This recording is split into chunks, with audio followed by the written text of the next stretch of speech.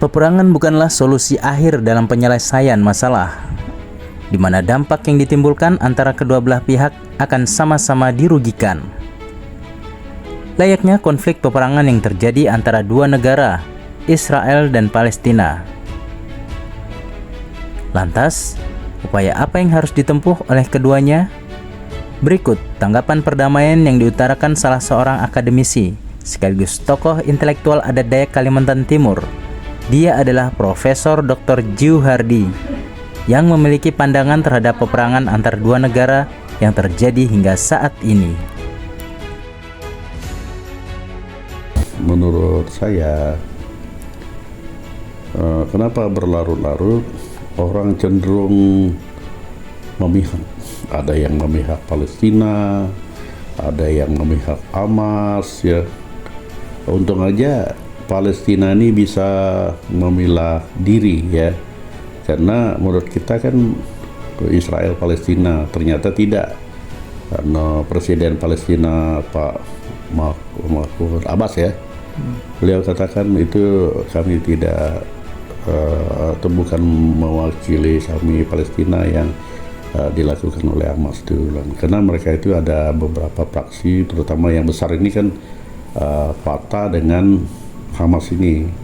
Nah, kalau Hamas ini itu keras, kita sering baca di anunya, pendapatnya itu pokoknya Israel itu harus keluar, harus dihapuskan, tidak boleh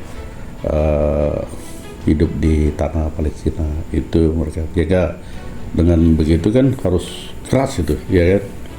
Tapi kalau Fatah yang presidennya Pak Mahmud Abbas ini rasional, ya, istilahnya mereka menginginkan hidup ini bisa berdampingan, two state solution, artinya dua negara hidup berdampingan. Makanya kalau Fatah itu tidak terlalu keras, hidup bisa berdampingan. Tetapi karena mereka punya kepentingan seperti itu kan susah juga, ya kan. Misalnya kalau di negara kita partai ini maunya begini, partai ini maunya begini, serba salah, ya kan. Kita keras juga salah, kalau lemah juga salah, ya. Jadi itu yang terjadi di sana. Nah, yang kedua, saya melihat ya lumah pandangan kita nih, Mas Budi, hanya sebatas medsos, sebatas TV saja, ya, tidak jauh lah pandangan kita. Nah, kalau ini mudahan benar, ya, tapi bisa juga salah, ya. Pandangan saya itu sementara ini saya melihat belum ada yang memihak kepada dua-duanya, itu yang netral lah, ya. Kalau enggak ini memihak ke Hamas, wah ini memihak ke Palestina. Ya kalau gitu ya akan berlanjut terus itu. Apalagi kita orang Indonesia dikenal itu memihak kepada Palestina. Nah, tapi Palestina ini mengharap kita tuh ya ikut bertempur lah, beri duit lah, beri senjata lah. Tapi nyatanya kita beri bantuan aja. Bukan itu yang mereka harapkan, ya mereka mengharapkan itu. Tapi itu nomor dua, yang mereka perlukan itu pasukan kita dengan persenjataan yang kita kirim, tapi nyatanya juga tidak.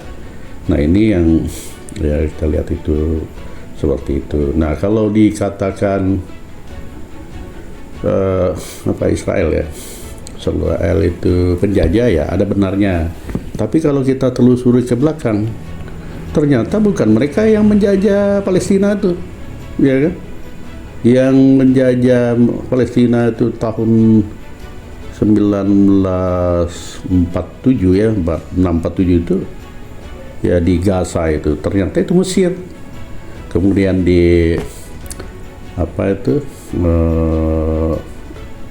istilahnya West Bank itu, ya, itu Yordania. Jadi begitu manat daripada PBB itu memberi kepada Palestina ini, artinya kamu hidup berdampingan, two state solution, kan. Nah, Kalau Israel kan dia percaya betul aja tuh, begitu dia dapat itu langsung di proklamir ya anunya apa nama itu kemerdekaannya. Makanya dia merdeka tahun 1948. Sedangkan Palestina ini masih banyak gayanya. Gayanya mau lebih besar lagi, ya.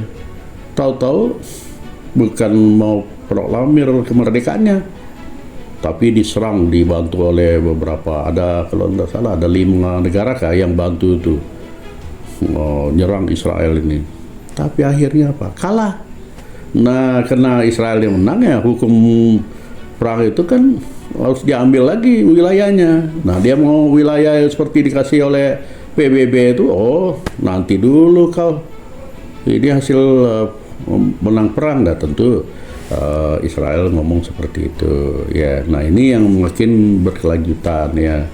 Nah, makin berlanjut perang lagi yang apa istilahnya Yom Kippur yang 6 hari itu, menang lagi Israel nih, tambah jadi lagi. Maka makin hari makin mengecil wilayahnya.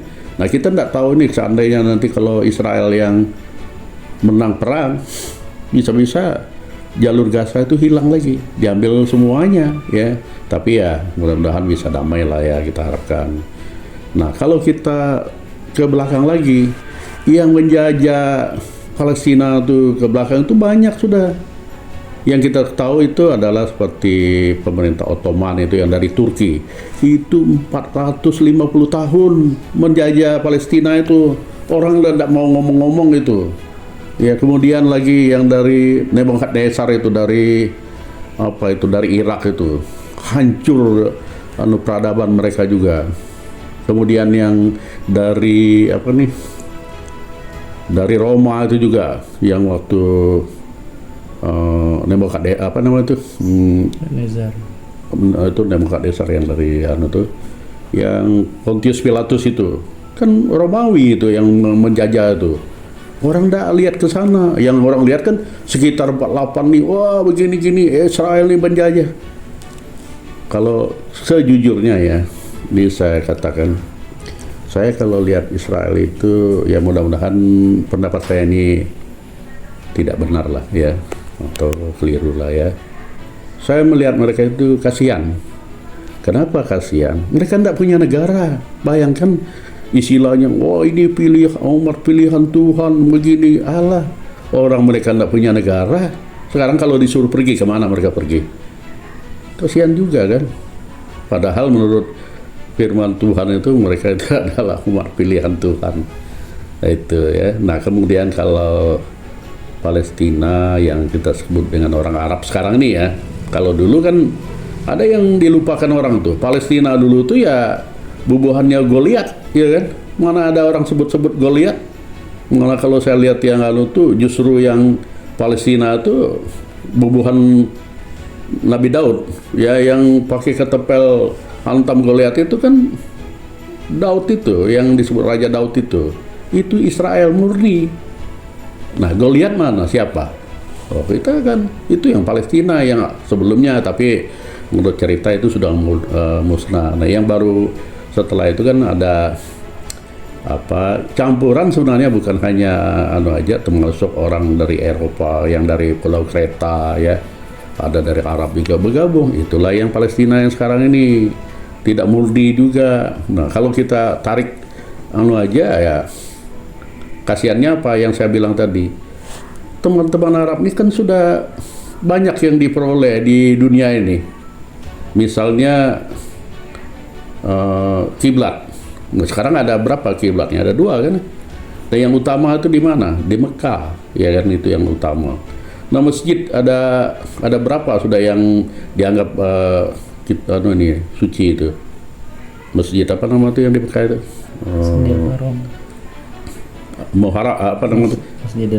Masjidil Haram ya. Itu termegah di dunia, termahal lagi. Kurang apa kalau teman-teman yang Arab nih? Ada lagi yang di Madinah itu lagi, masjid apa yang di sana itu? Nabawi. Itu luar biasa juga. Nah, tambah dengan yang di Palestina ini lagi, Masjidil Aqsa itu. Berarti kalau kita hitung 3, Israel punya apa? tembok ratapan. Tembok ratapan tuh saya pernah istilahnya istilah berdoa di situlah ya. Mereka bilang ya kalau berdoa di sini apa yang kita inginkan tulis di kertas, masukkan di lubang-lubang tembok itu. Ya namanya kita ingin begitu juga kan. Padahal itu alam juga ya kan gitu ya. Kasihan sebenarnya kalau kita lihat seperti itu ya. Nah, yang kita mau dari mereka ini apa? Kalau saya pribadi, saya mau mereka itu hidup damai. Apa gunanya kita perang? Apa gunanya kita punya Masjid Al-Aqsa? Apa gunanya kita punya ini? Tapi anak kita jadi korban. Istri, pemuda-pemuda kita, harta kita jadi korban. Ya saya tidak tahu hitungan mereka itu. Kalau aku tuh lebih baik berunding baik-baik ya. Itu seperti apa yang saya katakan yang di lalu itu. Sebenarnya Palestina ini sudah merdeka, sudah dideklarasi tahun 1988 kalau tidak salah itu, saya lupa juga. Nah, cuma mereka ragu, ya kan? Maunya perang aja, mau ngambil seluruhnya. Ya kalau mereka mengatur strategi ya biar aja dulu lah. Nanti anak kita atur strategi yang bagus. Bagaimana lah mereka bisa menang perang misalnya. Bagaimana lah, itu yang benar itu adalah mereka hidup berdampingan, hidup sama-sama, bantu satu sama lain. Bisa saja, biar daerah kami ini kecil, tapi Israel bantu kami. Bantu apa? Pertama, ya seperti yang kita lihat sekarang nih, bantu dengan listrik, bantu air, bantu apa lagi, WiFi dan lain sebagainya. Apa salahnya? Bantu teknologi misalnya. Bantu kami bikin kebun yang ini, bantu kami dengan ini misalnya. Apa salahnya? Atau Israel itu juga saya dengar tidak pelit juga mereka dengan teknologi itu, ya kan? Itu seharusnya. Jangan mau perang aja kerjanya. Bayangkan juga mereka bikin terowongan itu ratusan kilometer. Lebih baik bikin sawah. Coba. Kan tidak masuk akal cara hidup mereka itu. Lebih senang atau mencintai kematian daripada hidup yang enak kan. Nah, kita orang Indonesia janganlah ya kita beri masukan kepada mereka. Kalian itu hidup berdampingan, saling tolong menolong satu sama lain. Toh kalian itu adalah satu family ya. Family apa? Family Abraham kan? Kalau dalam Islam mungkin Ibrahim. Satu famili mereka itu. Nah kalau satu famili saling memaafkan satu sama lain, saling istilahnya mengampuni, kan gitu. Kalau ceritanya kan Yahudi itu yang kakak, yang Kristen itu yang kakak nomor 2, yang Islam ini bungsu menurut ceritanya. Tapi susah lah kita ngomong itu. Makanya saya selalu bilang, tolong kita beritahu mereka itu bahwa perang itu yang menang itu jadi arang, kalau yang kalah itu jadi abu. Coba aja lihat sekarang yang mereka habiskan sekarang itu berapa triliun sudah punya Israel itu habis, belum lagi punya emas ya. Kalau kita gunakan uang itu untuk kesejahteraan manusia, wah sudah luar biasa itu. Tapi habisnya di perang aja, nyawa hilang, harta habis. Salah-salah kalau perang lama ini kedua belah pihak itu ya kehabisan sumber daya ekonomi ya. Kalau sumber daya ekonomi habis, mau perang bagaimana? Beli peluru bagaimana? Jangan ya. Jadi sebaiknya kita bangsa Indonesia menganjurkan mereka itu damai, saling memaafkan satu sama lain. Yang penting bagi kita itu ya, yang seperti pertanyaan Mbak Nunung tadi, bagaimana menatap masa depan. Oke lah, yang lewat-lewat itu sudah lah ya kan. Nah masa depan ini bagaimana anak Palestina itu bisa hidup rukun, damai, sejahtera dengan Israel. Begitu juga sebaliknya. Mereka ini kan orang yang luar biasa, yang disayangi Tuhan ceritanya.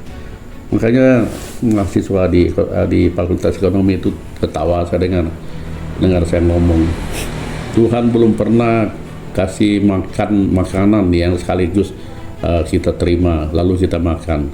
Seandainya Tuhan kasih nasi pecel kah, nasi bungkus kah, alhamdulillah. Kita belum pernah. Mereka itu pernah makan roti yang diberi Tuhan, namanya roti mana. Kita baca di Alkitab itu ada itu.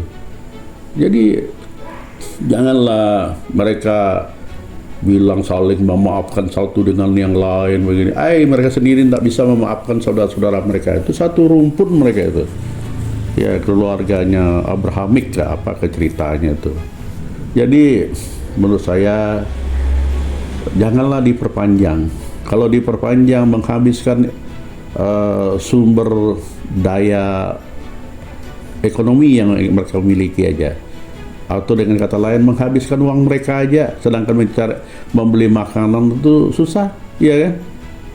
Nah, akibat perang ini juga kita merambat ke yang lain. Nah, pertama, ya kalau merambat ke yang lain kan kita jangan lama-lama jadi susah, bisa jadi sasaran juga. Nah, yang saya aneh lihat lagi seperti Yaman misalnya. Yaman itu termasuk negara miskin, tapi kok itu yang duluan nyerang itu? Dari mana dia beli? Itu apa isi rudal itu kan mahal itu, tapi kok tapi cara berpikir orang kan lain-lain aja. Belum lagi yang dari Libanon juga ikut-ikutan juga. Untung aja Arab Saudi enggak ikut-ikutan, kemudian Mesir juga enggak, ya.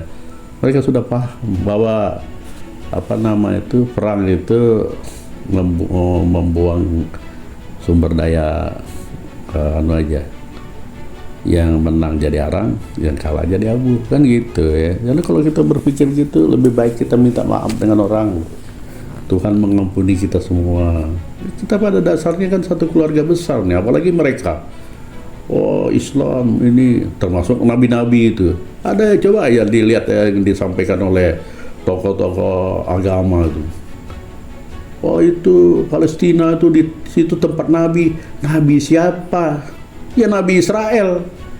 Mereka tidak sampai ke sana pemikirannya tuh. Termasuk Nabi Daud, Nabi Sulaiman, Nabi Musa. Itu semuanya dari Israel. Ya, tapi bukan berarti kalau gitu bukan mereka. Tapi maksud saya itu, ya memang betul. Tapi Nabi kita semuanya juga. Nabi umat Islam juga kan, Nabi kita semua. Nembok ya begitu ya, kita akurlah, damailah, saling memaafkan satu sama lain. Itu yang kita harapkan. Saya lihat itu, aduh, kasihannya anak kecil yang jadi menderita. Kemudian ibu-ibu, wanita, orang tua, aduh, mereka tidak melihat penderitaan orang. Kalau mereka melihat itu penderitaan manusia, luar biasa itu. Seharusnya stop sudah. Untuk peperangan yang seperti itu. Tidak ada gunanya mematikan orang. Di dunia ini sudah begitu. Tadi Tuhan masukkan kita di neraka lagi. Tapi ya kok seperti membunuh orang itu tidak ada dosanya begitu nih. Kalau kita dengar itu kan, janganlah gunakan kekerasan, jangan pertikaian, jangan perang. Sebab kalau seperti itu ya itu tadi, kerugian aja yang kita rasakan. Semua itu tidak ada manfaatnya.